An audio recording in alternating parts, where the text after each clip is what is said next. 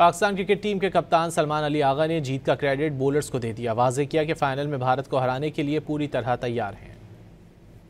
Well, if you can win these kind of games, then we must be a special team. I think when it's come to bowling and fielding, it was outstanding. Everyone chipped in, and the way Shaheen bowled up front, and then the way Hari bowled up front.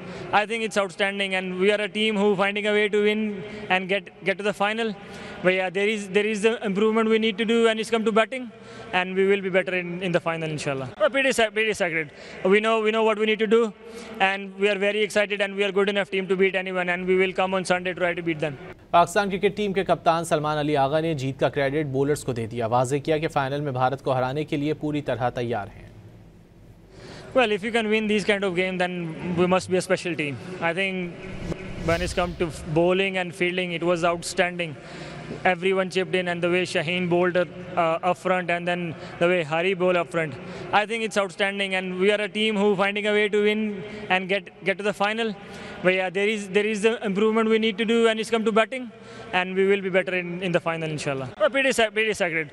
We know what we need to do, and we are very excited, and we are good enough team to beat anyone, and we will come on Sunday try to beat them.